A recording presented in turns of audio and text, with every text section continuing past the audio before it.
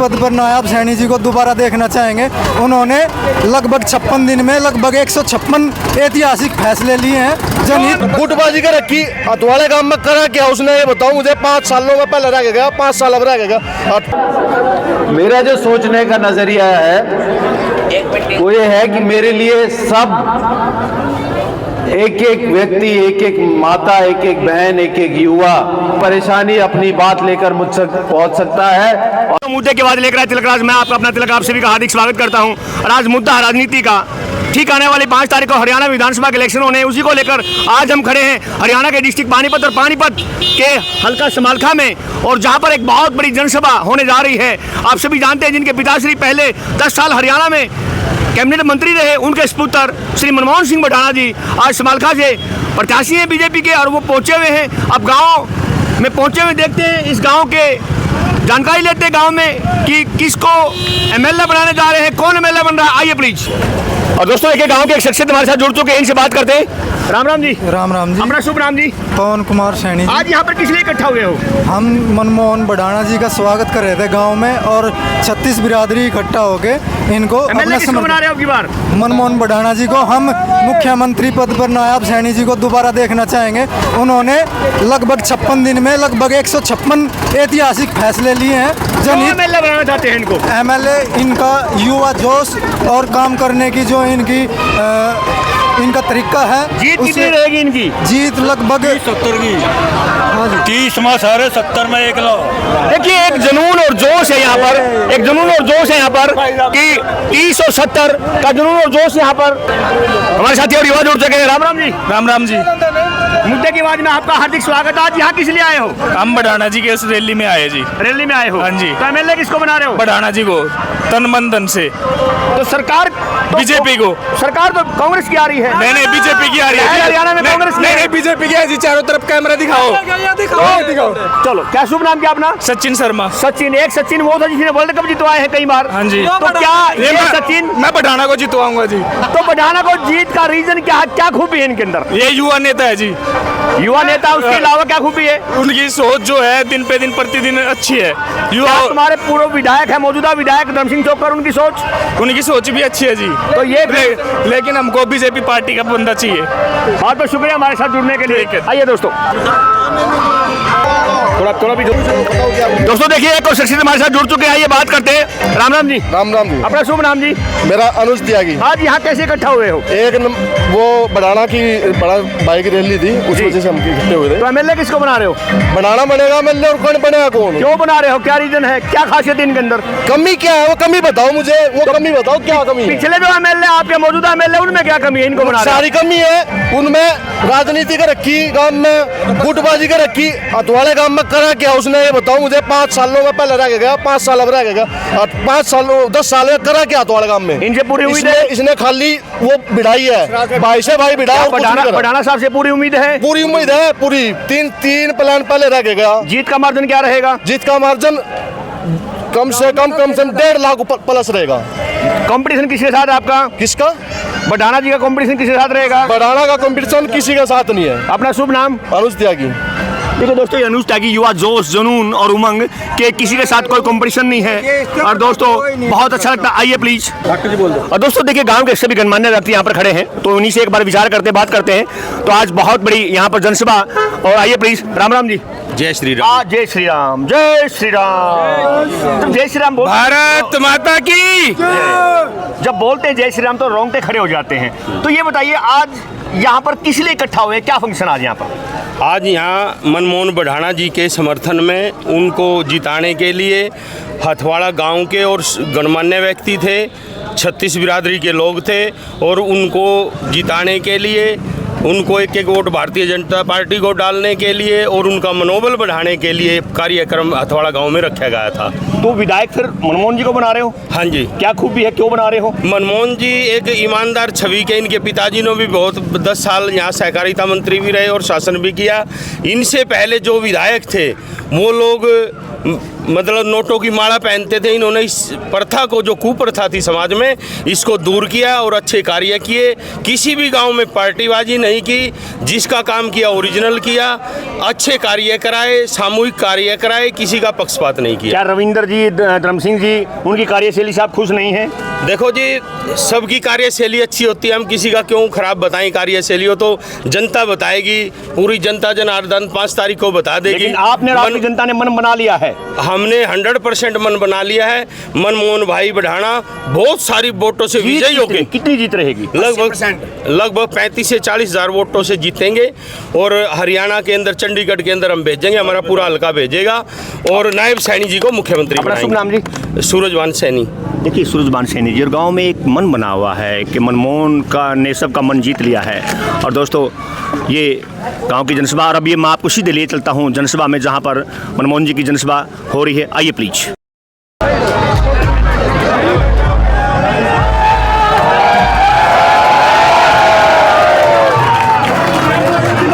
बड़ी माला के साथ यहां पर स्वागत किया जा रहा है।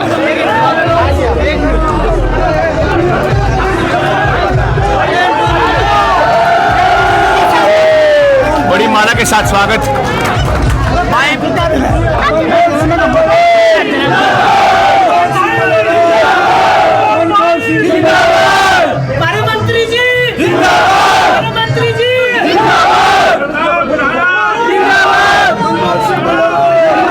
जिंदाबाद के नारे लगाए जाते हैं।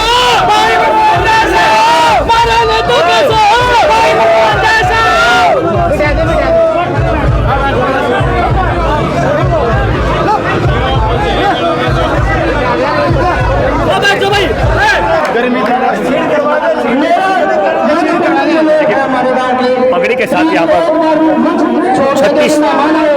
36 बिरादरी ने पगड़ी के साथ मान सम्मान किया है। और गांव में एक बहुत बड़ी जनसभा, बहुत भीड़ हो चुकी है यहाँ पर। आप देख रहे हैं, एक बहुत सुंदर दृश्य, सुंदर नजारा। पगड़ी का यहाँ पर स्वागत किया जा रहा है।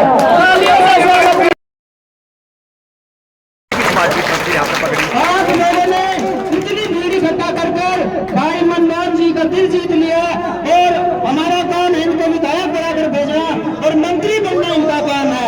भाई मनमोहन बढ़ाना, मनमोहन बढ़ाना। सैनी समाज से पवन सैनी जी और हमारे चौकी समाज से और हमारे सैनी समाज की आन बान शान प्रेमचंद सैनी जी, सूरजभान सैनी जी, कुंदन सैनी जी और सैनी समाज के हमारे गाँव के सभी बुजुर्गों की तरफ से समिति चिन्ह देकर मनमोहन जी को भेंट किया जा रहा है। सभी तालियों से स्वागत कीजिए। मैं आपको एक सूचना और देना चाहता हूँ। सैनी समाज में जन्मदिन की खुशी में मंत्री जी का खोल के लड्डू बांट रहे हैं गाँव वाले के सभी खुशी में। तो एक आश्चर्य की बात लगा लो, गाँव वाले में घर में वचन थोड़ा है तो बन जाते।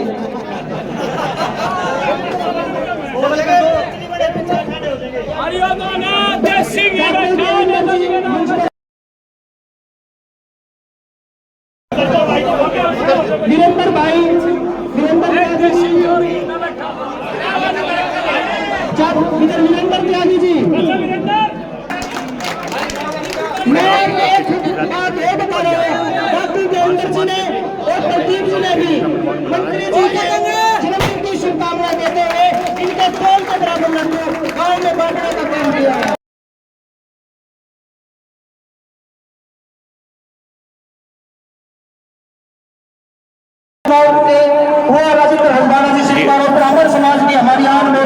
श्री राजेंद्र हल्दाना जी यहाँ पर बर्थडे का केक, हैप्पी बर्थडे, यहाँ पर बर्थडे मनाया जा रहा है।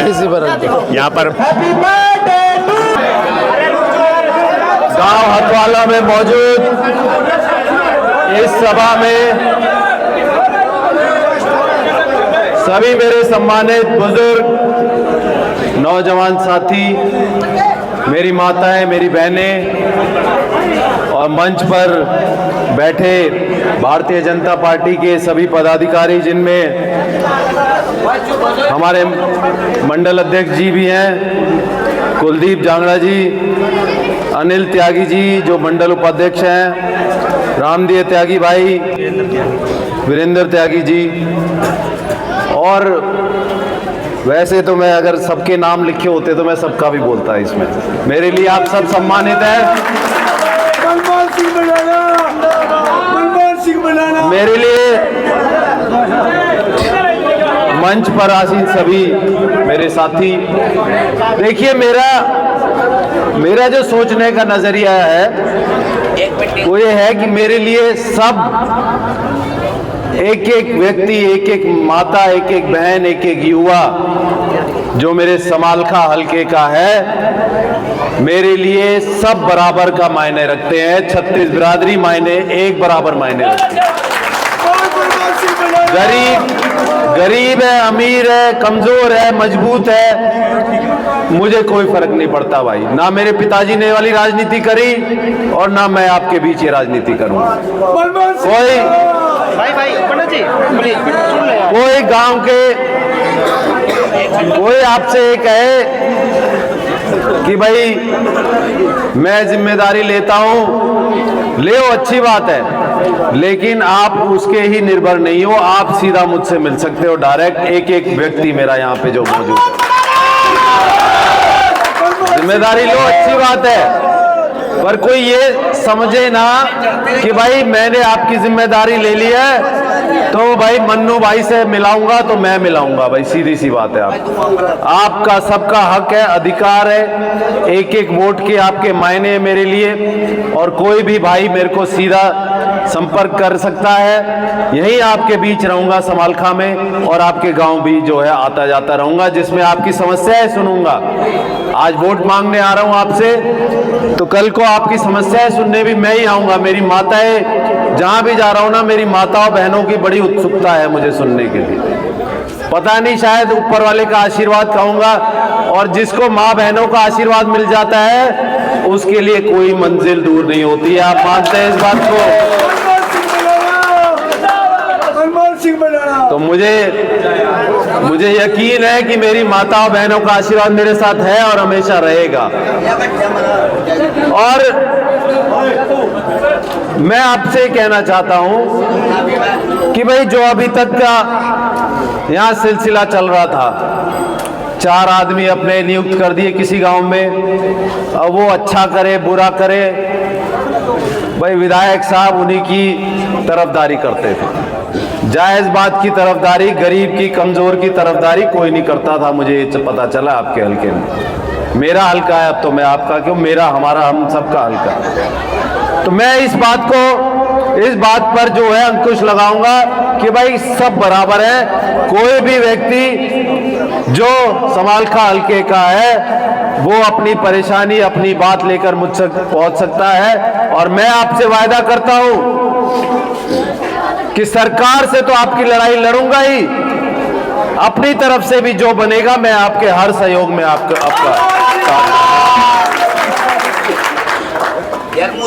ऐसे जरूरतमंद परिवार है, गरीब परिवार है, मजबूर परिवार है, जहां कई बारी 2 वक्त की रोटी भी नसीब नहीं हो रही, ऐसे भी परिवार होंगे, आपके गांव में ही होंगे। ऐसे परिवार है जो बच्चों को स्कूल भेजने में सक्षम नहीं है, ऐसे परिवार है जो बच्चियों की शादी करने में सक्षम नहीं है।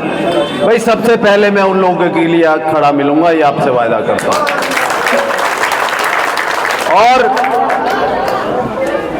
और विकास कार्य जो आज तक आपके हल्के में, मेरे हल्के में, जो समालखा में नहीं हुए हैं, सबसे हाथ जोड़ूंगा। माननीय मुख्यमंत्री जी के पास भी जाऊंगा। सरकार तो भारतीय जनता पार्टी की ही बन रही है, ये बात आप लिख लो, ये लिख लीजिए। भारतीय जनता पार्टी की तीसरी बार सरकार बनने जा रही है। हैट्रिक लगाने वाले हो आप लोग भाई। 2 बार सबने हल्के में भारतीय जनता पार्टी का भरपूर सहयोग किया, पर किसी कारणों से नहीं बन पाया यहां से विधायक। उसके बावजूद भी सरकार बनाई 2 बार। तो भाइयों, इस बार तो समालखा भी बना रहा है विधायक भारतीय जनता पार्टी का, तो सरकार तो बनेगी ही बनेगी। और मैं आपसे वायदा करता हूं, आपका ये भाई, आपका ये बेटा मुख्यमंत्री जी से सिर्फ और सिर्फ आपकी बात करेगा कि भाई मेरे सहयोगियों ने, मेरे साथी ने, मेरे हलके के वासियों ने इतना भरोसा मुझ पर जताया है, मैं कहां जाऊंगा इनको जवाब देना है। मुझे इस लायक भी बनाओ और मेरे हलके की जो भी कमियां रही हैं पिछले 10 वर्षों में, उन 10 वर्षों का हिसाब लूंगा उनसे, आपसे वायदा करता हूं।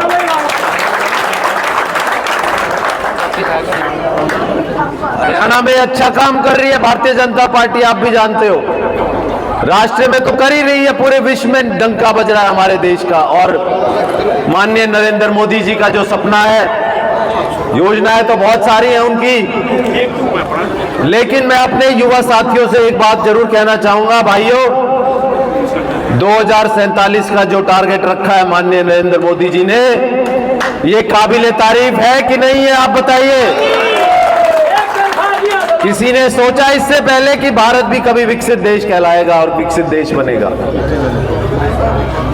वो हमारे प्रधानमंत्री जी रात और दिन इसी कार्य में लगे हुए हैं, योजनाएं ला रहे हैं, सबको जो है समझा रहे हैं कि भाई क्या करना है। पूरे एक रणनीति के तहत अगले 20 सालों में भारत जो है विकसित देशों में कहलाएगा, जहां सहूलियतें होंगी,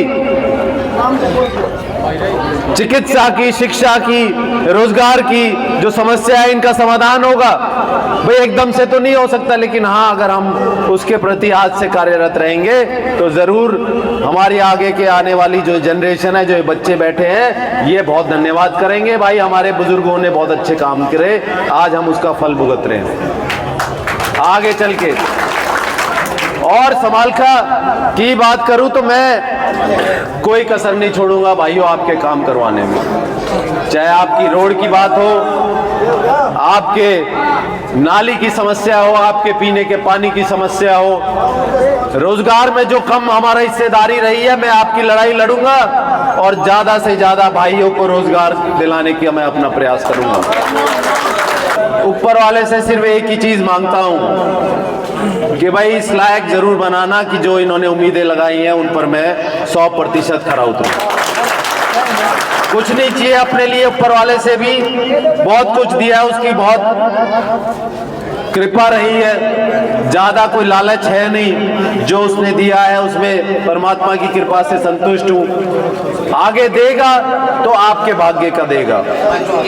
मैं सरकार में होऊंगा, विधायक बनूंगा और आगे बढ़ूंगा तो सिर्फ और सिर्फ समालखा हल्के के भाग्य से बढ़ूंगा, ये आपसे वायदा कर रहा हूं। और उसमें आप ही का जो आशीर्वाद है, वो जो एहसान आप मुझ पर कर रहे हो, शुरुआत में कहा गया कई जगह कि भाई भारी है, पता नहीं यहाँ पे कैसे इसे जो है अपनाएंगे, लेकिन पिछले 2 महीने में इतना प्यार आप लोगों ने दे दिया है, मुझे नहीं लगता इससे पहले किसी विधायक या किसी कैंडिडेट को भी दिया होगा। आपने दिया है कभी इतना मान सम्मान? तो भाई ये जो आपका गोद लिया हुआ जो बच्चा है, ये आपका एहसान सारी जिंदगी आपके लिए काम करेगा, तब भी नहीं उतार पाएगा। ये का निर्माण गौशाला के लिए मैं आपको बता दूं, मैं मंडी में एक सभा हुई थी जिसमें गौशाला के लिए मैंने कुछ योगदान किया था। उसमें मैंने एक बात कही थी कि ये बहुत बड़ी समस्या है। आप देख रहे होगे समालखा जब शहर में भी जाते हो, गांव में भी जाते हो, तो बहुत सारा रोड पर जो है पशु हमारे इस तरह से आवारा घूमते हैं, जो कूड़ेदान के आगे इर्द गिर्द जो है घूमते हैं कि कुछ चारा, कुछ खाने को उन्हें मिल जाए। तो एक ये बहुत बड़ी समस्या है, खाली यहाँ की नहीं, पूरे समालखा हल्के की। मैं बताना चाह रहा हूँ, वही उसी बात पे आ रहा हूँ। तो मैं उस दिन भी ये कहा था कि भाई मेरा ये मकसद रहेगा, मैं सब गौशाला से मिलकर एक कमेटी बनाकर इस बात को सुनिश्चित करेंगे कि भाई कोई भी पशु इस तरह से गाय जो है या जो अपना बैल कहीं बाहर जो है रोड पर ना दिखे। कई गाय तो रख लेते हैं, बैल हमारे ऐसे ही जो है बाहर रोड पर जाते हैं, जिससे बहुत असुविधा होती है।